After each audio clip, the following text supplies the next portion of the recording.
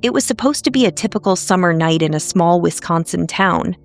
A teenage girl hops into a familiar car with a trusted friend.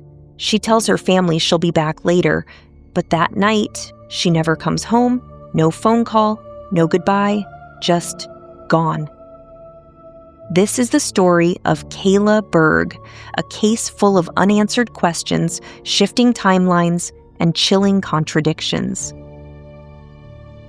Welcome back to Missing Persons Archives, where we shed light on cases of those who vanished without a trace. Today, we're covering one of Wisconsin's most haunting unsolved disappearances, the baffling case of 15-year-old Kayla Berg.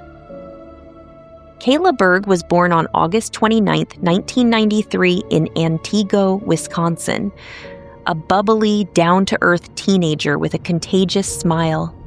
She loved gymnastics, excelled in school, and was extremely close to her family, especially her brother Jimmy. Her parents, Hope and James, separated when she was young, but remained on friendly terms.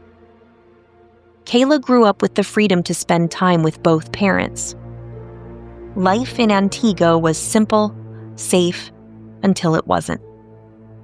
In 2009, something shifted. Kayla, then a sophomore in high school, began drifting from her usual routines. Her grades slipped. Her weekends were no longer spent at home, but in Wausau, a larger city, about an hour away, there would be partying, drinking, and meeting older crowds. Among these new faces was Miguel Marrero, 19 years old, involved in drugs, and soon, Kayla's boyfriend. It was Miguel's party house where Kayla spent many weekends. Her mother had no idea.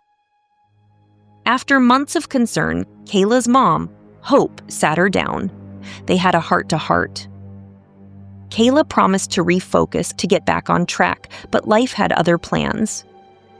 Hope was struggling financially and decided to relocate to Texas. Kayla agreed to go, but the move didn't last. Just 2 months later, homesick and unhappy, they returned to Antigo. Kayla's excitement was undeniable.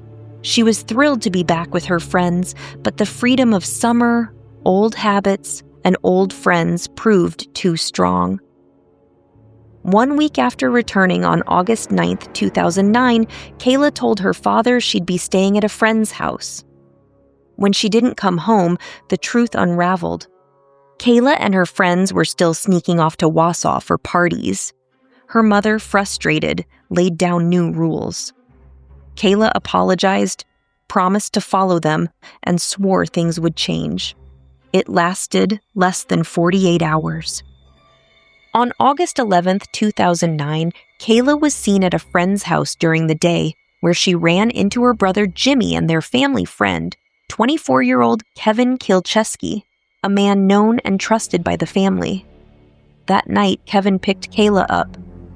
She stopped by McDonald's to visit a friend, happy and in good spirits. She said she and Kevin were going to drive around and smoke weed.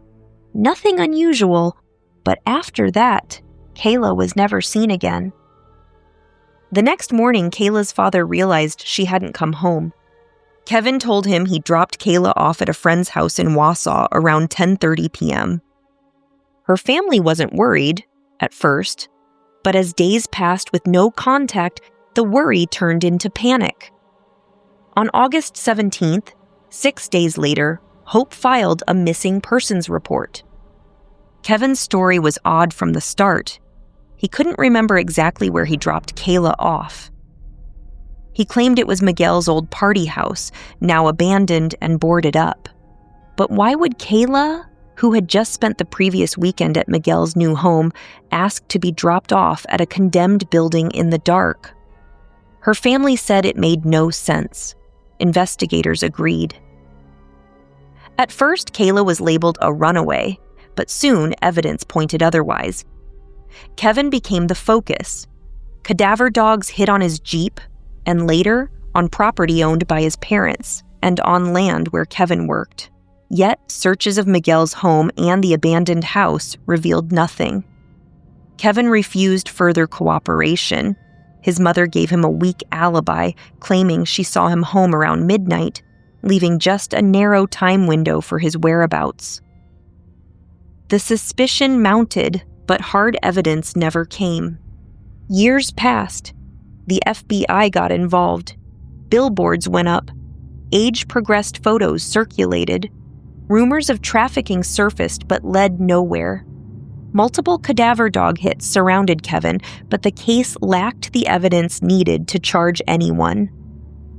Theories swirl even today. Did Kayla run off to meet someone else? Was she harmed by strangers in Wausau?